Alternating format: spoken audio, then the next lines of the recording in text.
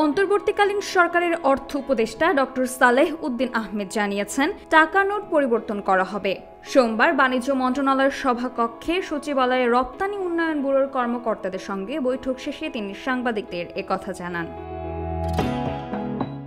অর্থ উপদেষ্টা বলেন, বাজারে যে টাকার কাগজের নোটের অবস্থা খুবই নাজুক তা দ্রুত পরিবর্তনের ব্যবস্থা করা হবে। এ সময় তিনি ৫, ১০ ও ২০ টাকার কথা উল্লেখ করেন।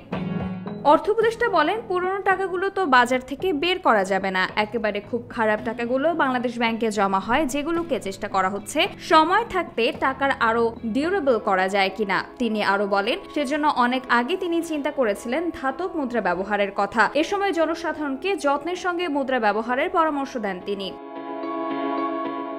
চলতি বা আগামী মাসে বাজেট পুনর্বিবেচনা করা হতে পারে জানিয়ে অর্থ উপদেষ্টা বলেন, কালো টাকা সাদা করার সুযোগ আমরা বন্ধ করে দিয়েছি। উপদেষ্টা আরও জানান, এ মাসের শেষে বা আগামী মাসে চলতি ২০২৪-২৫ অর্থ বছরের বাজেট পুনর্বিবেচনার জন্য সরকারের উচ্চ পর্যায়ে বৈঠক হতে পারে। এছাড়া বাজেটে বার্ষিক উন্নয়ন কর্মসূচির আওতায় নেয়া প্রকল্পগুলো উচ্চ পর্যায়ে বৈঠকে পুনর্বিবেচনা করা হবে। সামিহা তাবাসসুম, খবর সংযোগ।